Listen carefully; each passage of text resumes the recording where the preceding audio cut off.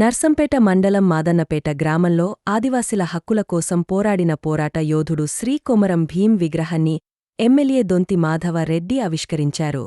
ఈ సందర్భంగా ఆయన మాట్లాడుతూ కొమురం భీం నాటి సమాజంతో పోరాడి జల్ జంగెల్ జమీన్ అనే నినాదంతో ఆదివాసీ గోండుల్లో చైతన్యం తీసుకొచ్చి వారి హక్కులకే పోరాడాడు అని కొనియాడారు. నియోజకవర్గంలోని అర్హులైన ఆదివాసీ గోండులందరికీ ఇందిరమ్మ ఇండ్లతో పాటు అభివృద్ధి సంక్షేమ ఫలాలు అందిస్తామని అన్నారు. ఇక్కడ నిర్మాణం చేసి ఆవిష్కరించడం జరిగింది. వారి ఒక ఆశయం సాధన కొరకు ఏదైతే ఈ యొక్క నర్సంపేట నియోజకవర్గంలో ఉండబడే ఆ పేద ప్రజల కొరకు ప్రభుత్వం ఇచ్చే సంక్షేమ కార్యక్రమాలు మిగిలిన ప్రజలతో పాటు వీరికి కూడా అందించాలి, అవకాశం కల్పించి వారి యొక్క ఏదైతే ఆశ నెరవేర్చే విధంగా మీరు సహకరించాలి శాసనసభ్యునిగా అని చెప్పి వారు కోరారు. తప్పకుండా ఏదైతే నియోజకవర్గంలో ఉండే 7 గ్రామాల్లో ఉండబడే పేదలందరికీ ఆర్థికంగా వెనుకబాటు ఉండి ఇబ్బంది పడుతున్న వారికి తప్పకుండా ప్రభుత్వ పరంగా ఆర్థిక సహకారం అందజేస్తామని చెప్పి వారికి తెలియజేయడం జరిగింది. దాంతోపాటు ఇల్లు లేని నిరుపేదలు వారికి ఆ యొక్క సదుపాయం కావాలని చెప్పి కోరినారు. తప్పకుండా ఈ వచ్చే మన యొక్క ఇళ్ళ నిర్మాణంలో 5 లక్షల రూపాయల ఇల్లు ప్రతి ఒక్కరికి ఇల్లు లేని వారికి ఆ యొక్క సదుపాయం కల్పిస్తామని చెప్పినాను. తప్పకుండా అవకాశం కల్పిస్తా. మరి పెద్దలు అమరుడు మరి కొమరం భీం గారి ఆశయం సాధన కొరకు వాళ్ళు పోరాటం చేస్తూ ఉన్నారు.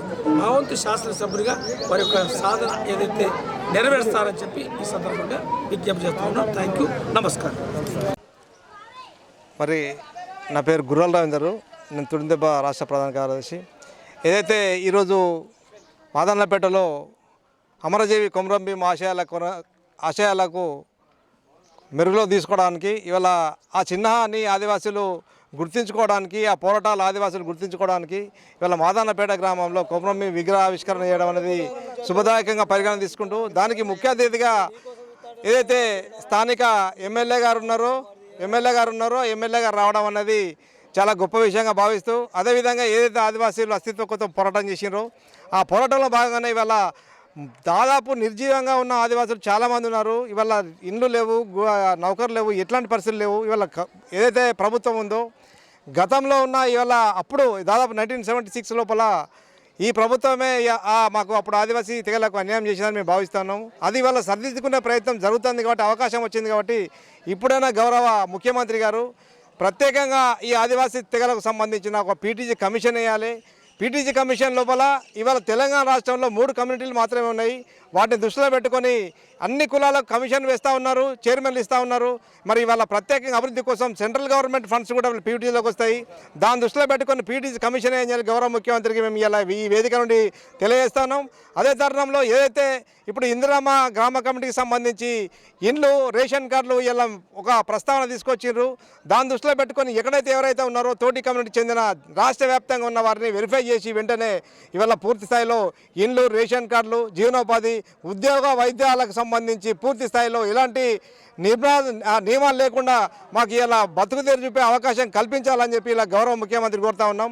మరి ఖచ్చితంగా ఇవాళ కొమరం భీం పోరాటాన్ని స్ఫూర్తిగా తీసుకోవాల్సిన అవసరాన్ని రాకముందుగా ఇలా మా ఆదివాసీ సమస్యలు పరిష్కరించాలని చెప్పి గౌరవ ముఖ్యమంత్రి తెలియజేస్తాను. ఆదివాసీ తోటి సమాజం అభివృద్ధి చెందింది అంటే ఇవాళ ఒక నూతన వస్త్రధారణ చేసుకున్నట్టు ఇవాళ కొమరం భీం విగ్రహాన్ని ఆవిష్కరించుకోవడం అంటే మమ్మల్ని మేము సన్మానించుకున్నట్లే, మా ఆకలి సమస్యల్ని ఈ సందర్భంగా బయటపెట్టినట్టు. మా నాయకుడు మాట్లాడుతూ నాకంటే ముందు అందంగానే అద్భుతంగానే అవగాహన కలిగిన ప్రతి పదాన్ని వివరించి ఉండొచ్చు, కానీ ఆకలితో అలమటించే మా ఆదివాసీ జనానికి రావాల్సిన ఫలాలు మాత్రం ప్రభుత్వం అందించలేకపోతుంది. ఇప్పటి వరకు కూడా వర్నేబుల్ పరిస్థితుల్లోనే ఉన్నాం, కానీ మైదాన ప్రాంతంలో డ్రెస్సులు వేసుకుంటున్నామే తప్ప మా ఆర్థిక పరిస్థితి మాత్రం కడుపులో మారుతున్న స్వభావమే బయటకు కనిపిస్తుంది. కనుక ప్రభుత్వం స్పందించి మాకు రావాల్సిన రాజ్యాంగపరమైన హక్కులను ఇవాళ రాసిన బుక్కులో ఉన్న హక్కులను మాకు అందించినట్టయితే మేమెంతో చైతన్యం పొందుతాం. ఇప్పటి మనం దండాలు వేసుకోవడం చప్పట్లు కొట్టడమే కాదు, మా జాతిలో కూడా కొందరు నాయకులు ఉన్నారు. తరతరాల నుంచి వెతుక్కుంటా కొందరిని వేసుకుంటూ వస్తున్నాం.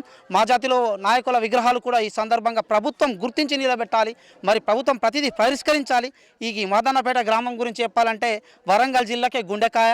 ఇక్కడ మదన్న మన భద్రాచలం నిర్మాణం కోసం అప్పన్న మాదన్న నివసించిన ఈ ప్రాంతం, ఈ ఊరు నుంచి అమరుడా కొమరంజీ భీమ్ అనే ఒక పాట రచయిత పుట్టిన గడ్డ ఇది. ఈ గడ్డ సాక్షిగా మా ఆకలి సమస్యలను పరిష్కరించాలని కోరుతూ ధన్యవాదాలు తెలియజేస్తున్నాం కాంగ్రెస్ పార్టీకి. Thank you.